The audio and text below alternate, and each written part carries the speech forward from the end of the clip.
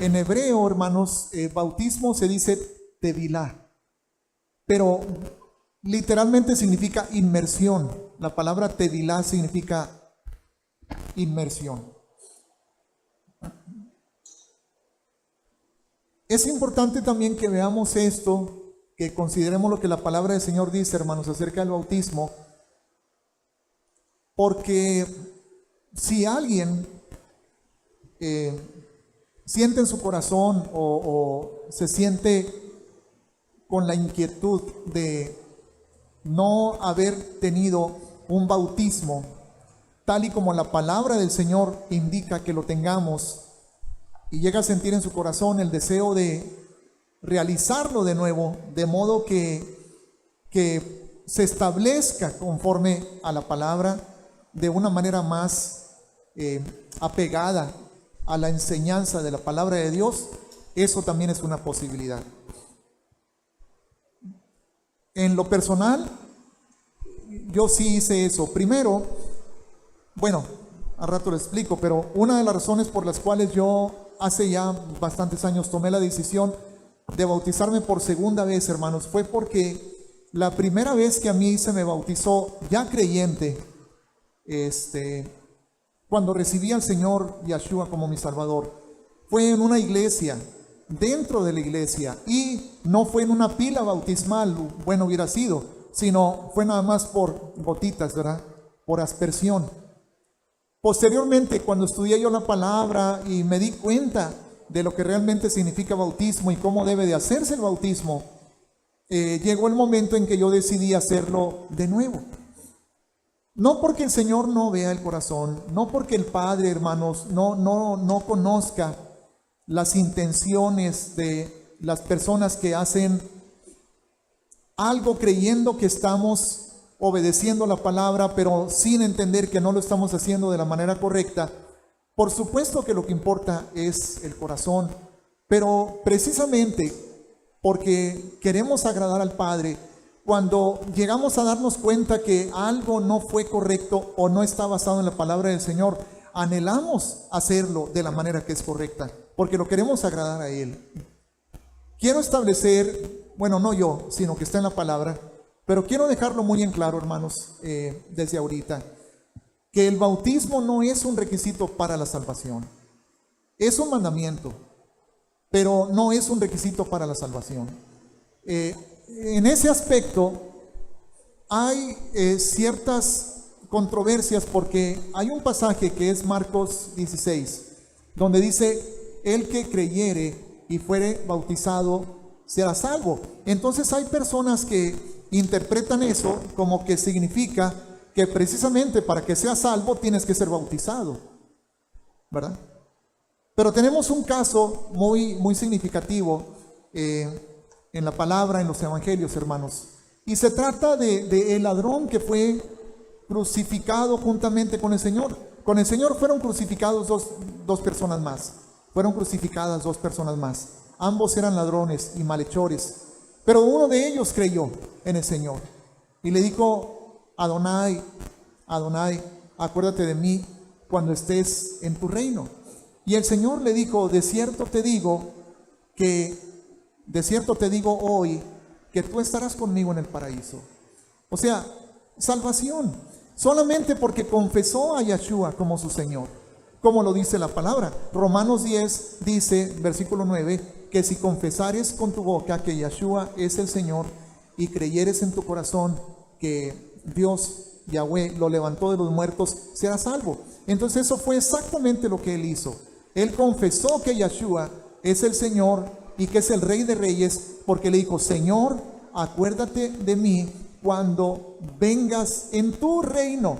Entonces lo declara Rey, lo declara Señor con su boca. Y no solamente eso, hermanos, sino que también el ladrón confesó. ¿Qué dice Romanos 19? Si confesares con tu boca que Yeshua es el Señor y creyeres en tu corazón, ¿qué cosa? Que Dios lo resucitó de los muertos. Bueno, ¿qué fue lo que confesó el ladrón? Que resucitaría, porque sabía que estaba muriendo, sabía que iba a morir, y que dijo: cuando vengas en tu reino. O sea, no te vas a quedar muerto. Entonces el ladrón cumplió con los dos aspectos o los dos requisitos que aparecen en Romanos 10:9 para ser salvo, que es confesar con la boca que Yeshua es el Señor y creer en el corazón que Dios lo levantó de los muertos. En este caso él lo creyó en el futuro, ¿verdad? Que él resucitaría de los muertos en el futuro. Y fue salvo, hermanos. Y no se bautizó. Hay un pasaje donde no lo anoté porque no pensé que en el estudio llegaríamos hasta ese punto, porque es bastante amplio el estudio del bautismo. Pero hay un pasaje donde Pedro dice, hermanos, que el bautismo nos salva, pero lo aclara. Y dice, no como quitando las impurezas del corazón, sino porque nos lleva a una buena conciencia. En otras palabras, el bautismo, y sí me gustaría leerlo, primera de Pedro 3:21, en el 20.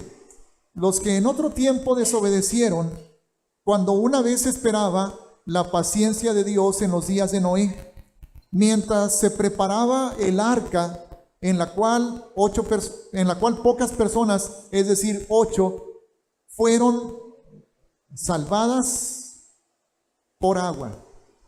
¿Ok?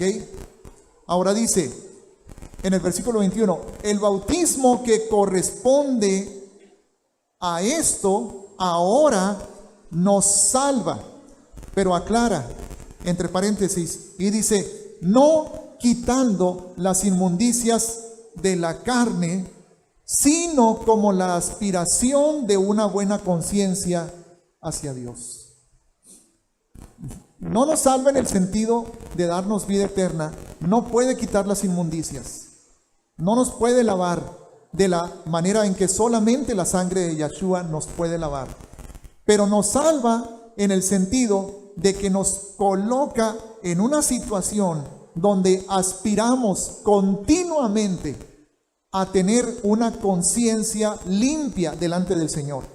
Y la manera, hermanos, en que uno tiene una conciencia limpia delante del Señor, bueno, uno podría decir, ante todo es por medio de la sangre del Cordero. Y es correcto, es cierto, porque Apocalipsis 12:11 dice, y ellos le han vencido, o sea, a Satanás, por medio de la sangre del Cordero y de la palabra de su testimonio. Porque en ese capítulo de Apocalipsis 12 nos habla de cómo Satanás continuamente está acusando a los escogidos de Dios día y noche, acusándolos.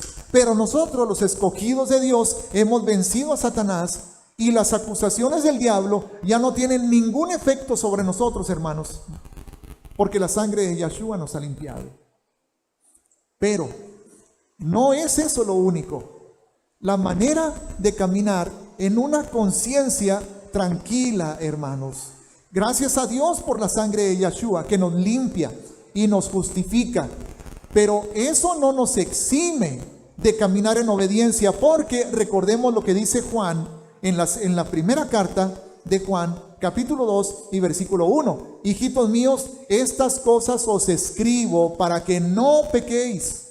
Pero si alguno hubiere cometido pecado, abogado tenemos para con el Padre. Sin embargo, el propósito es no pecar. ¿Correcto?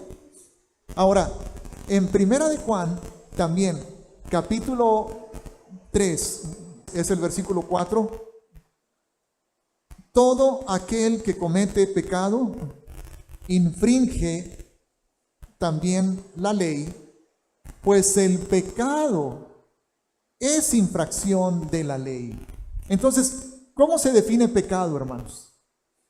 En este capítulo 3 de primera de Juan, ¿cómo se define pecado?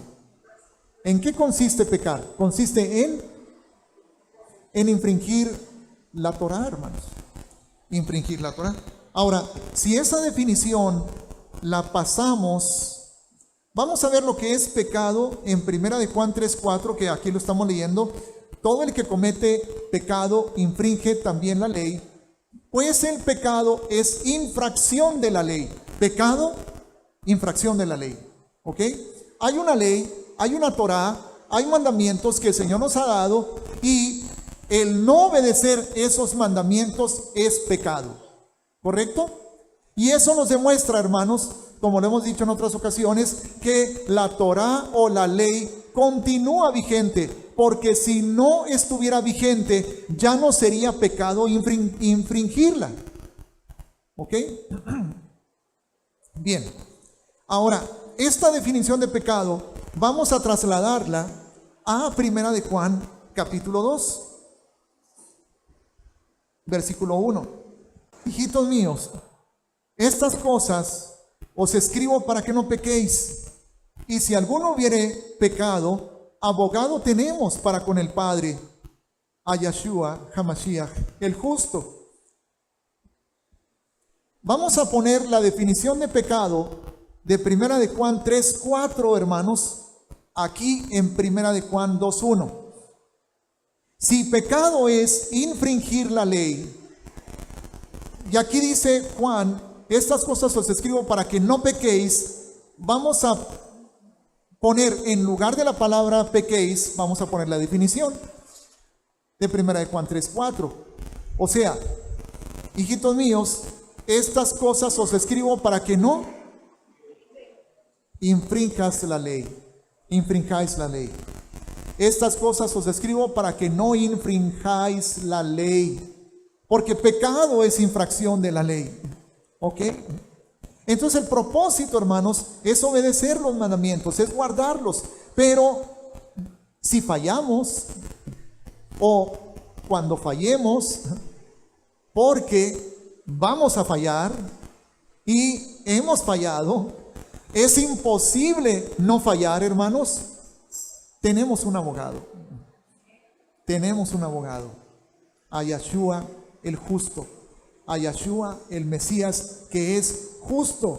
Ahora, ¿por qué es justo? La palabra justicia, hermanos, también es equivalente a algo muy importante. ¿Por qué Yeshua es justo? ¿Por qué se le llama así aquí? Que Yeshua el justo es el que nos limpia de todo pecado. Que si no me equivoco, también, bueno, no recuerdo otro pasaje, pero este es un pasaje donde se le llama el justo. ¿Por qué es justo? ¿Qué significa justicia? ¿Qué lo hizo justo a él, hermanos?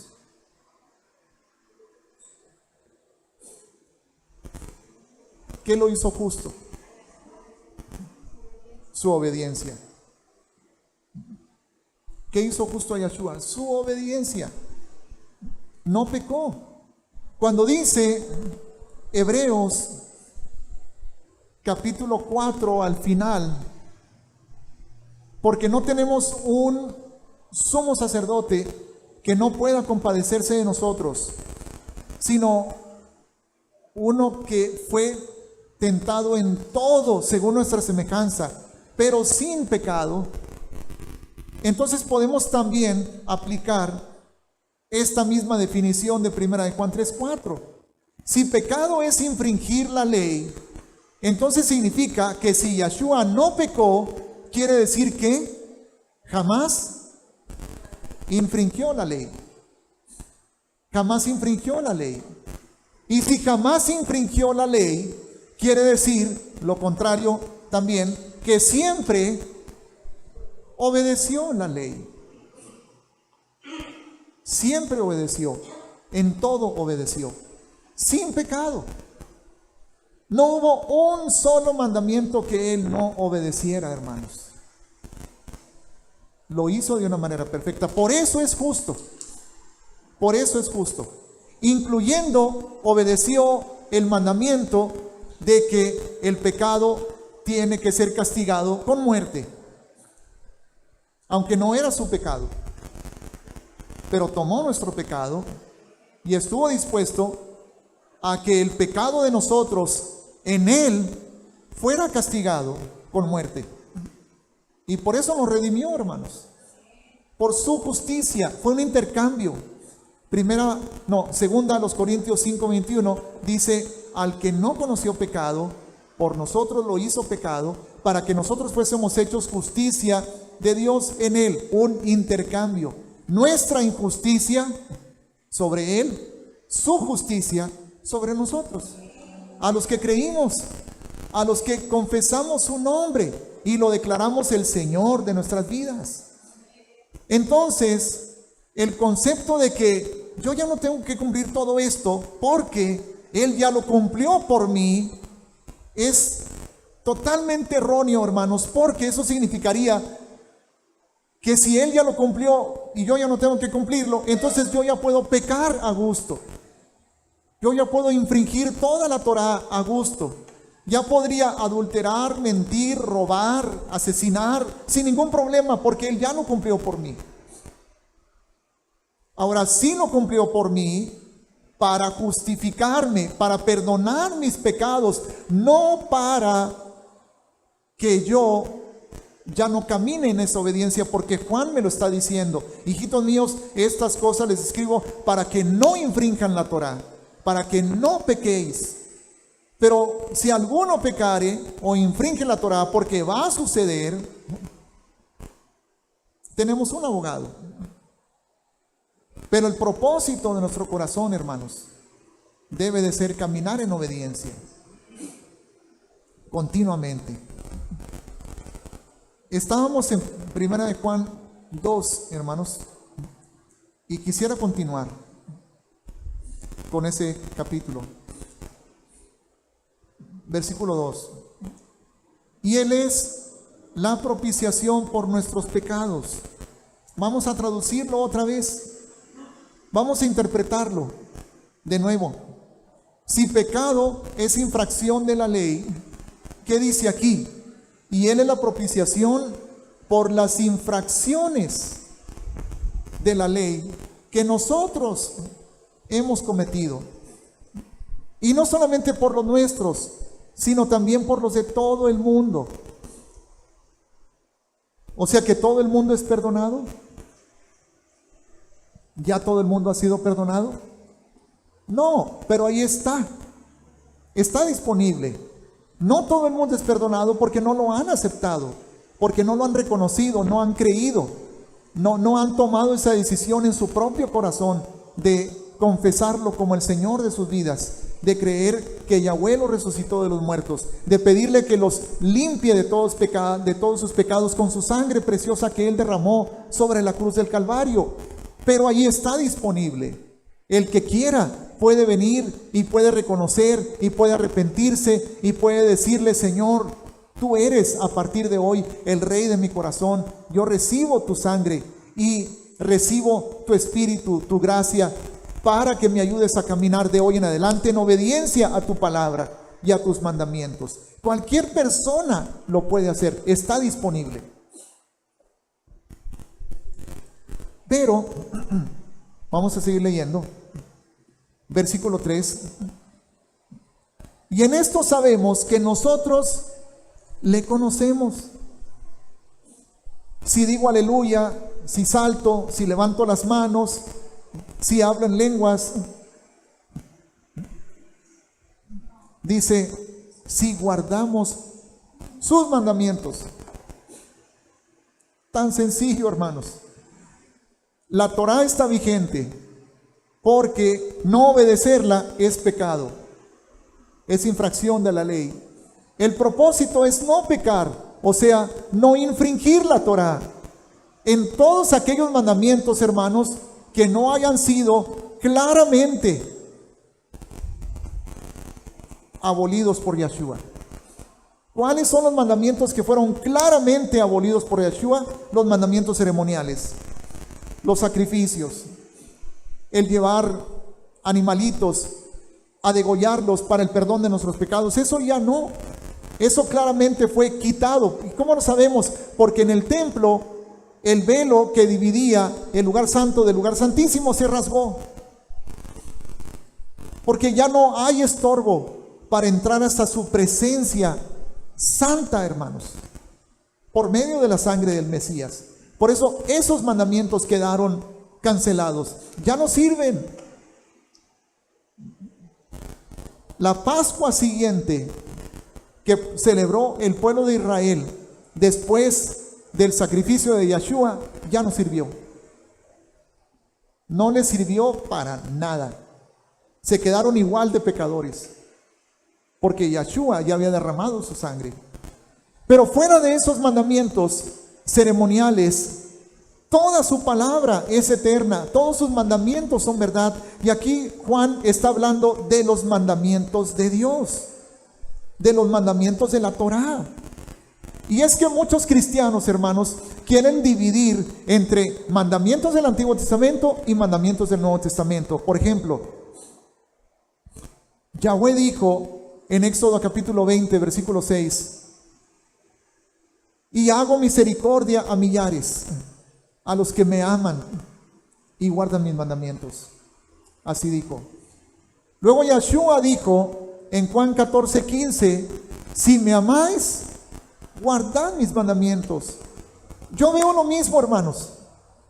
Veo el mismo mandamiento expresado en Éxodo 20 y en Juan 14, que por amor al Señor debemos obedecer sus mandamientos. Pero muchos cristianos evangélicos dicen: bueno, pero es que los mandamientos del Antiguo Testamento son unos y los mandamientos del Nuevo Testamento son otros.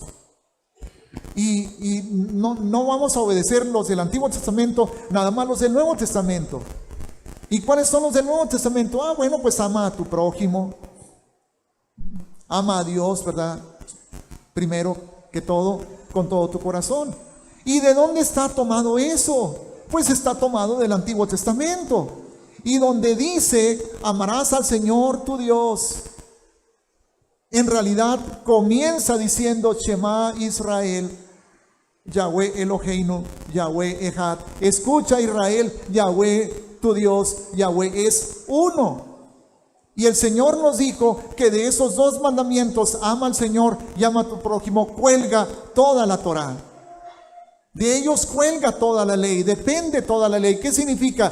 Que esos dos son la motivación por la cual tú vas a obedecer el resto de la Torá. Los mandamientos que tienen que ver con honrar a Dios los vas a obedecer porque lo amas. Y los mandamientos que tienen que ver con honrar a tu prójimo los vas a obedecer porque amas a tu prójimo. Esos son los dos mandamientos principales. Pero se quiere muchas veces hacer una diferencia. No. Yo obedezco los mandamientos de Cristo. No hay contradicción, hermanos. El Señor lo que vino a hacer fue a darnos un entendimiento perfecto de la Torá para que sepamos cómo vivirla. Pero no nos dio nada nuevo. No nos dio nada que no estuviera ya contemplado en la Torá, que no estuviera ya manifiesto en los mandamientos de la Torá. Pero Él nos ayudó al Señor a entender cómo se aplica a nuestras vidas, cómo vivir en el amor de Dios, cómo poner en práctica el amor de la ley hacia Dios y hacia el prójimo, pero confirmando todo lo que estaba en la Torá. Confirmando.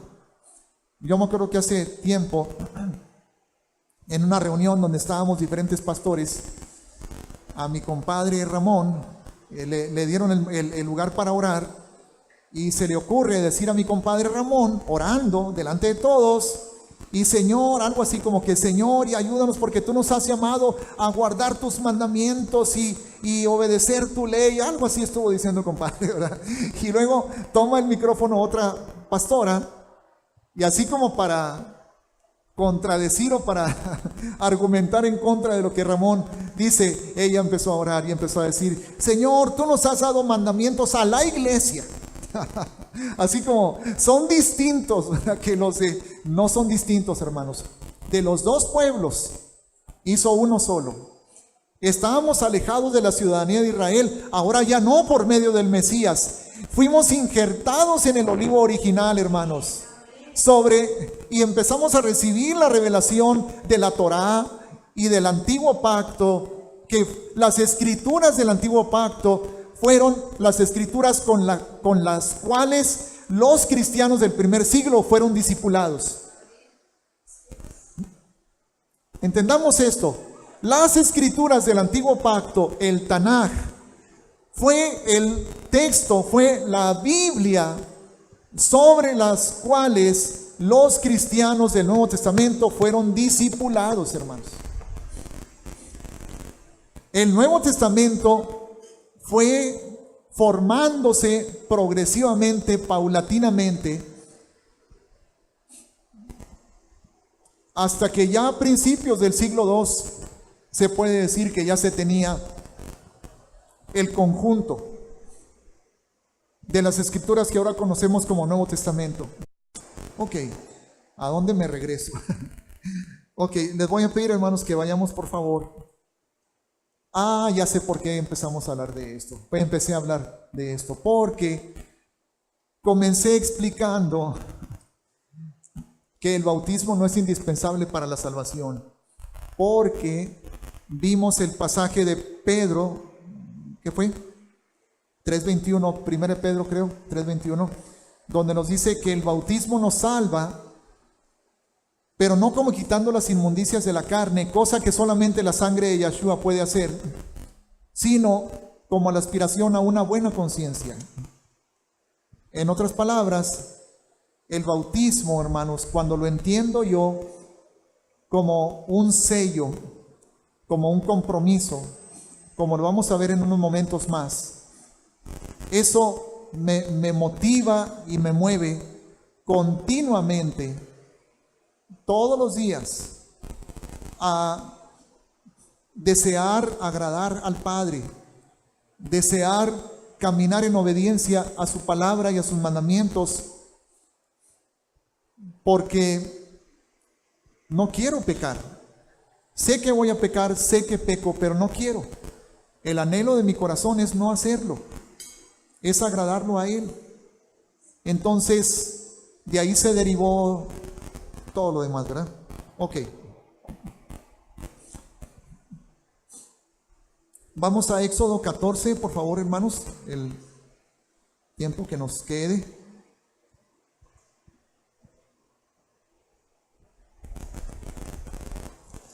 Versículo 22.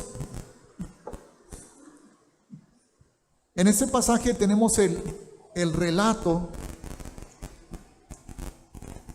de lo que pasó después de que el pueblo de Israel sale de Egipto. La noche, bueno, anocheciendo, atardeciendo, el 14 de Aviv, comenzando el 15 de Aviv, porque se sacrifica el cordero entre las dos tardes, en Éxodo capítulo 12, luego se cena el cordero, y al anochecer viene la manifestación de la última plaga, la muerte de los primogénitos, y comienza el pueblo ya a salir de Egipto. Salen de Egipto, avanzan hasta quedar frente al Mar Rojo. Al mismo tiempo, Faraón cambió de opinión, se lanza tras ellos para volverlos a capturar, para llevarlos otra vez esclavos a la tierra, para que sigan edificando sus ciudades. Y en el capítulo 14 está la situación en que el pueblo se ve entre el Mar Rojo y el ejército de Egipto, y se atemorizan. Entonces Moisés busca dirección de Dios, y Dios se la da, esa dirección. Le dice que extienda su vara, que observe su poder y que pase en el mar. Vamos a leer el versículo 22, hermanos, por favor, de Éxodo 14. Entonces los hijos de Israel entraron por en medio del mar en seco, teniendo las aguas como muro a su derecha y a su izquierda. Y luego viene ya el relato de cómo luego el ejército de Egipto los sigue, y una vez que cruzan todos los hebreos, las aguas regresan a su lugar y se ahoga todo el ejército de Faraón. Ok. Están ellos recién salidos, hermanos, de Egipto, recién liberados, recién redimidos, porque estaban en esclavitud, y Egipto sabemos, hermanos, perfectamente bien que es símbolo de algo. Egipto. ¿De qué es símbolo Egipto? ¿Perdón? ¿De qué, hermana? Pecado, idolatría, esclavitud, ¿verdad? Es que no entendí bien lo que dijiste. Ok. Babilonia. Bueno, es pecado, es idolatría, es esclavitud, ¿verdad? Recuerden que Yeshua dijo en Juan capítulo 8, el que practica el pecado es esclavo del pecado. Entonces, es esclavitud, hermanos. Y fueron salvos. Los israelitas, hermanos, fueron salvos. Yo puedo testificar que fui salvo cuando recibí a Yeshua en mi corazón el 15 de agosto de 1975. El 15 de agosto de 1975. A propósito, y se los comparto más que nada como parte de lo que estamos aprendiendo, no para insinuar nada, ¿verdad? Pero mi cumpleaños, como se los había compartido anteriormente, yo he decidido contabilizarlo o decir que ya cumplí años en la fecha en que nací en el calendario hebreo, y fue ayer. Fue ayer, el 23 del mes cuarto. Hoy estamos en el 24 del mes cuarto. Hoy es 24 del mes cuarto. Entonces, yo nací el 23 del mes cuarto en el calendario judío, en el calendario bíblico, ¿ok? Y fue ayer. Así que se aceptan retroactivos. No, dije que no iba a decir. Ok, bien. ¿Por qué menciono esto? ¿Por qué menciono de que yo fui salvo el 15 de agosto, hermanos, de 1975? Y no he checado la fecha bíblica de ese día, lo voy a hacer. Porque podemos decir lo mismo de Israel. Israel fue salvo el 14 de Aviv. Israel fue salvo el 14 de Aviv. ¿De qué año? Bueno, pues del año de cuando salieron de Egipto, ¿verdad? No sé qué año habrá sido, contando desde la creación, pero ese fue el primer año en que se tomó el mes de Aviv como inicio del año, ¿ok? Entonces, para Israel, en cuanto a su salvación y su redención, se puede decir que ese fue el año 1, ¿ok? Entonces, ellos fueron salvos. ¿Qué fue lo que los salvó, hermanos? ¿Qué los salvó? Fueron salvos en dos sentidos. Uno, en que sus primogénitos no murieron. Fueron salvos de perder a sus hijos mayores. Y el segundo sentido en que Israel fue salvo fue en que salieron de la esclavitud. Fueron salvos de la esclavitud. ¿Qué día fueron salvos? El 14 de Aviv. ¿Qué los salvó? ¿Mande? La sangre del Cordero. ¿Ok? ¿Cuándo fui salvo yo? El 15 de agosto de 1975. ¿Qué me salvó? La sangre del Cordero. ¿Qué haces después de que eres salvo? Claro, vas a la iglesia, lees la Biblia, cantas, testificas, pero hay un evento especial que es el que tú haces después de que eres salvo. Te bautizas. ¿Qué pasó con el pueblo de Israel después de que fueron salvos? Se bautizaron. En Éxodo 14:22, está el bautismo de Israel. Cuando dice que pasaron en medio de las aguas, estaban bautizándose. Vamos a ver primera a los Corintios capítulo 10, versículos 1 y 2. Dice: porque no quiero, hermanos, que ignoréis que nuestros padres todos estuvieron bajo la nube, y todos pasaron el mar, y todos en Moisés fueron bautizados en la nube y en el mar. Entonces, Éxodo 14, 22 es compañero o paralelo de primera a los Corintios 10, 1 y 2. Porque dice el versículo 1 de primera a los Corintios 10, todos estuvieron bajo la nube y todos pasaron el mar. Y luego en el versículo 2, fueron bautizados. ¿Ok? Ahora, ¿qué significa el bautismo? Vamos a ver Romanos capítulo 6.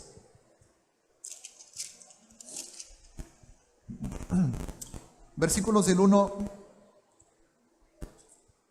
al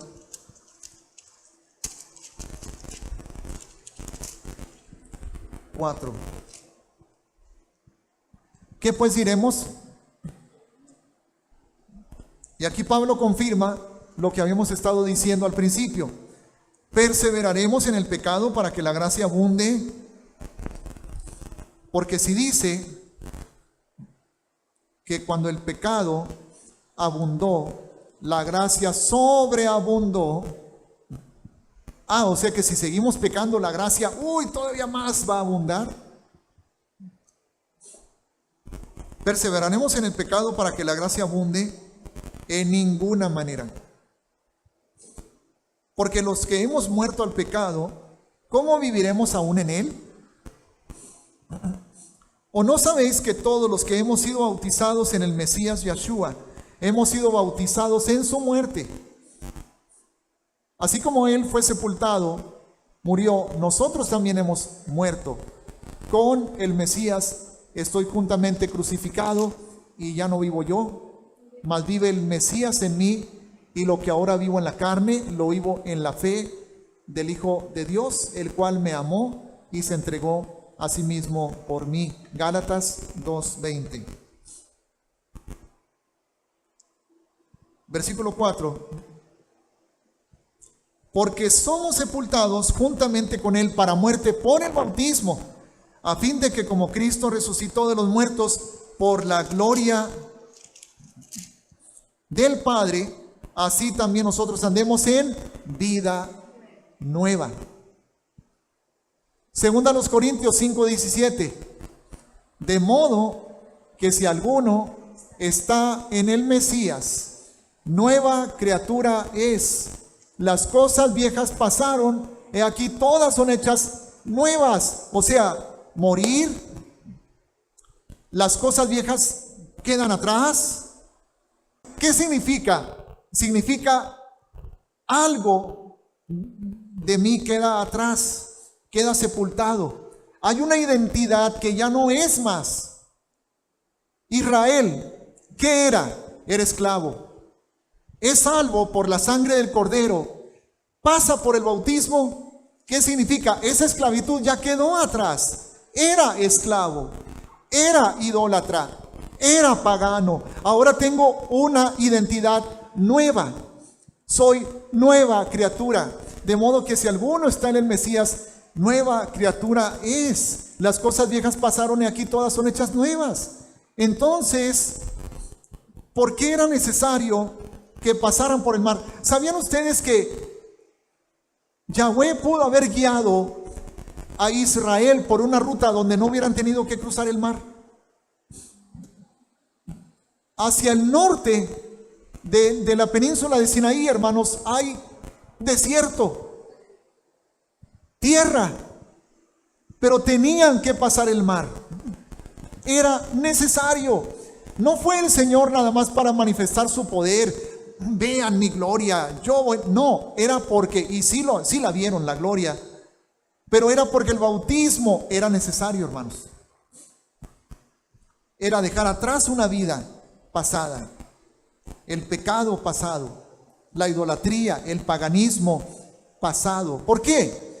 Porque iban hacia un destino, iban a una cita.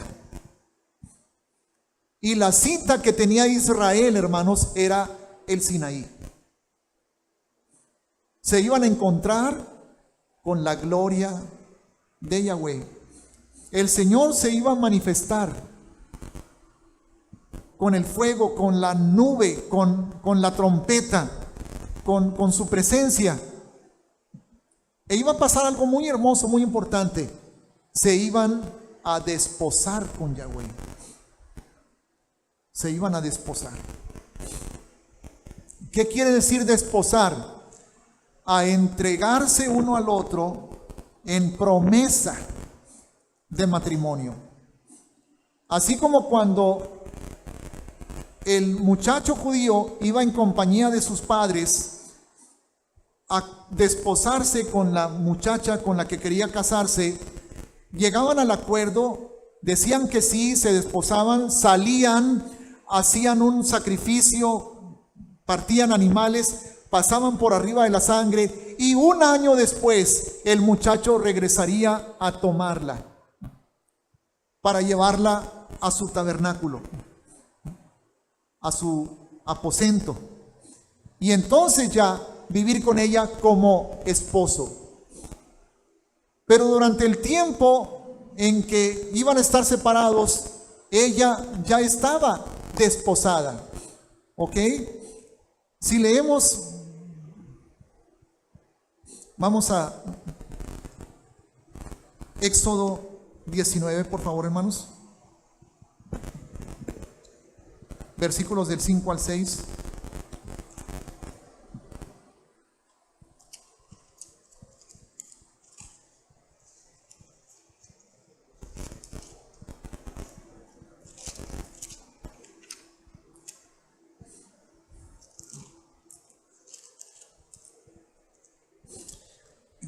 Éxodo 19, versículos 5 al 6, donde dice: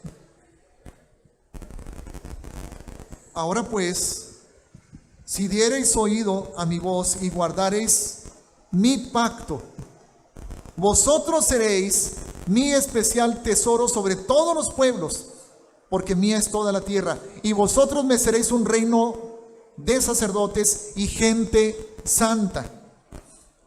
Estas son las palabras que dirás a los hijos de Israel. Pero no es todo eso, hermanos. En Jeremías 31,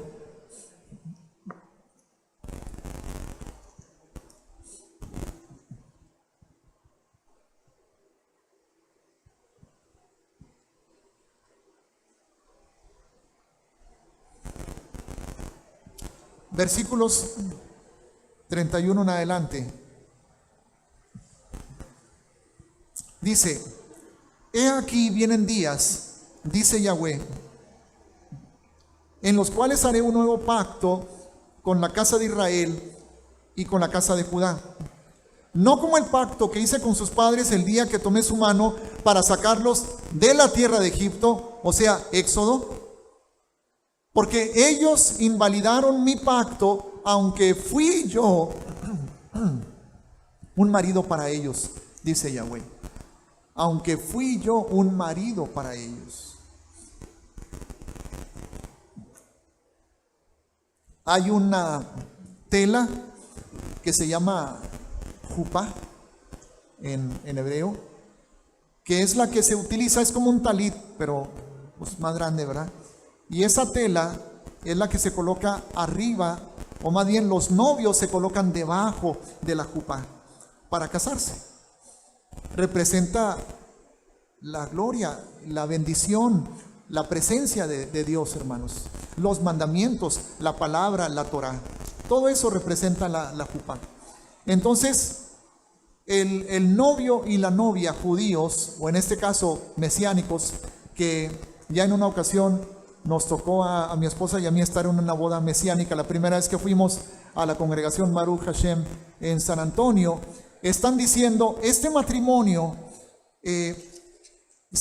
lo colocamos, lo ponemos debajo de esa presencia, de esa bendición, de la palabra, de los mandamientos, de la santidad de nuestro Padre, de nuestro Abba Yahweh. Entonces es un simbolismo precioso. Bueno, pues el pueblo de Israel, hermanos, estaba bajo la nube de la gloria del Señor, la cual estaba actuando como si fuera la jupá, en la cual se estaban desposando. Entonces, cuando el novio se desposa con su novia, se prometen, ambos se prometen fidelidad. Él promete, voy a regresar por ti. Y ella promete, te voy a esperar fielmente. Me voy a guardar para ti. ¿Ok?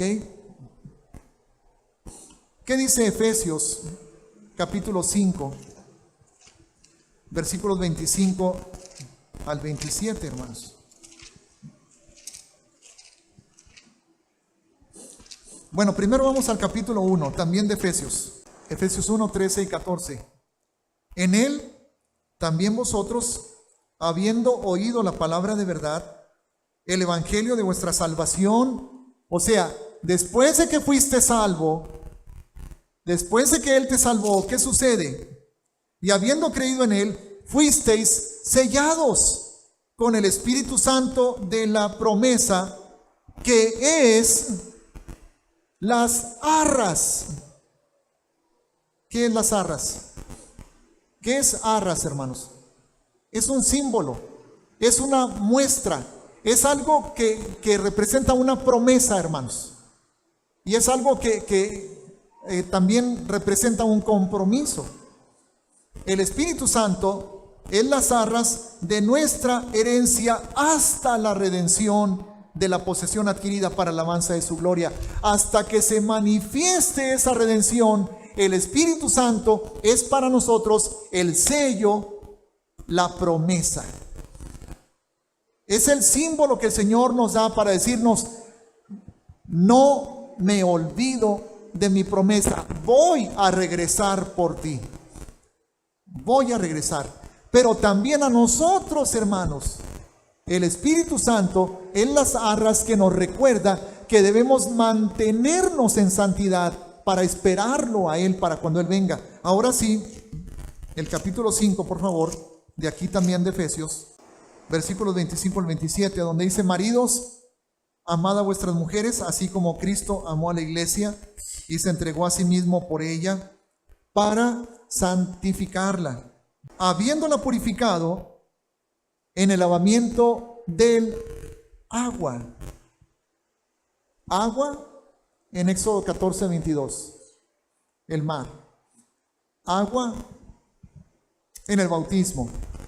Y el agua es la palabra también. Pero el agua del bautismo es un símbolo de esa purificación que el Señor hace en nosotros, hermanos, en nuestros corazones. Pero dice, habiéndola purificado en el lavamiento del agua por la palabra, a fin de presentársela a sí mismo una iglesia gloriosa, que no tuviese mancha, ni arruga, ni cosa semejante, sino que fuese santa y sin mancha. Entonces, estamos viendo, hermanos, que lo mismo que le pasó a Israel nos pasa a nosotros. Israel fue salvo por la sangre del Cordero el 14 de Aviv. Luego fue bautizado en el mar. ¿Y qué pasó después? Ahora en Sinaí, en Éxodo 19 y 20. ¿Qué pasó? Se encontraron con su esposo, con su novio. Y él les dio sus mandamientos y les dio su Torá. ¿Y qué es la Torá? Es la instrucción de cómo vivir en santidad hasta que Él venga y retome o recoja a su esposa. También Juan 14 nos habla de eso, cuando Yeshua dice, voy pues a preparar lugar para vosotros, y vendré otra vez y os tomaré a mí mismo, como el novio que regresa por su desposada, para llevarla a vivir para siempre con él. En la casa de mi Padre muchas moradas hay. Él fue a preparar lugar, Él fue a preparar morada, y vendré otra vez y os tomaré a mí mismo, para que donde yo estoy, vosotros también estéis. ¿Y cuándo viene esa morada? En Apocalipsis 21, hermanos. Y vi descender del cielo la nueva Jerusalén, la santa ciudad, la esposa del Cordero. ¿Ok? Entonces, ¿qué es el bautismo? Es el símbolo que marca la división, el bautismo, de quién era yo y quién soy ahora. Es el símbolo que marca la división de cómo vivía antes y cómo vivo ahora. Las cosas viejas pasaron, y aquí todas son hechas nuevas. Ya no vivo yo, vive el Mesías en mí. Antes era esclavo del pecado, ahora soy la prometida para Yeshua, y lo estoy esperando. Y me guardo en fidelidad, me guardo en santidad, esperando su regreso. ¿Ok? Bien, y bueno, pues otro aspecto, hermanos, importante acerca del bautismo. Bueno, siguiendo con ese paralelismo entre lo que pasó con Israel, fueron salvos por la sangre del Cordero, fueron bautizados en el mar, y luego se encontraron con la gloria de Yahweh en Sinaí, recibiendo sus leyes y sus mandamientos, ¿verdad? ¿Qué pasó con los cristianos del libro de los Hechos? Fueron salvos por la sangre del Cordero. Bueno, ellos ya habían sido bautizados, los apóstoles ya habían sido bautizados, pero después de la resurrección del Mesías, ¿qué pasó en la fiesta de Pentecostés? Otra vez se encontraron con su Dios cuando se derrama el Espíritu Santo. Y es ahí, hermanos, donde Pedro se levanta en Hechos capítulo 2, versículo 38, si no me equivoco, y les dice: arrepentíos y bautícese cada uno de vosotros en el nombre, dice la Reina Valera, de Jesucristo. Nosotros lo decimos de Yeshua, el Mesías, para perdón de los pecados, y recibiréis el don del Espíritu Santo. Salvación, bautismo, don del Espíritu Santo. Igual que en Éxodo, salvación, bautismo, la gloria de Dios y los mandamientos que les fueron otorgados. Y ese es el otro punto, hermanos, que, bueno, a lo mejor vamos a verlo posteriormente con más detalle, pero sí, desde ahorita lo voy a dejar en pausa, pero se los voy a decir, a mencionar. La manera correcta de bautizar es en el nombre de Yeshua, el Mesías. Hay un solo versículo, que es Mateo 28, 19, que es en el que nos hemos basado toda la vida, los cristianos evangélicos, para bautizar en el nombre del Padre, y del Hijo, y del Espíritu Santo. Es Mateo 28, 19. Pero en Hechos 2:38, en Hechos 8:16, en Hechos 10:48 y en Hechos 19:5, todos esos pasajes, hermanos, mencionan que los apóstoles del Señor bautizaron en el nombre de Yeshua. Vamos más adelante, hoy no, vamos a tener un estudio especialmente dedicado a Mateo 28, 19. Porque aparentemente hay una contradicción, pero no existe, hermanos. No hay contradicción. La iglesia hoy en día se pelea. Hay apostólicos de la fe en Cristo Jesús, mesiánicos, evangélicos, y unos, el bautismo tiene que ser en el nombre del Padre, del Hijo y del Espíritu Santo, y otros, el bautismo tiene que ser en el nombre de Jesús o de Yeshua. Y se pelean. Yo no veo absolutamente ninguna contradicción, porque dice en el nombre. ¿Cuál es el nombre del Padre? Yahweh. ¿Cuál es el nombre del Hijo? Yahweh Yasha, Yeshua. Yahweh salva. O sea que el nombre del Padre y el nombre del Hijo en esencia es el mismo nombre. ¿Y cuál es el nombre del Espíritu Santo? Si dice 2 Corintios 3:17, si no me equivoco, 2 Corintios 3:17, que el Señor es el Espíritu. El mismo Señor, Yeshua, es el Espíritu. Entonces el nombre es el mismo. El Ruach HaKodesh, hermanos, el Espíritu Santo se llama Yahweh, porque es Yahweh, no tiene otro nombre, porque si no sería nada más como algo o alguien de quien no conocemos el nombre, solamente decimos, no, pues es el Espíritu Santo. Y quiero decirles que Espíritu Santo no es nombre, es lo que es, pero no es nombre. Y el nombre es Yahweh. No sé si es 3:17, 2 Corintios, ok. Lo dice, porque el Señor es el Espíritu, y donde está el Espíritu del Señor, ahí hay libertad. Entonces, si yo voy a bautizar en el nombre, tengo que mencionar el nombre. Si no, solamente estoy mencionando títulos.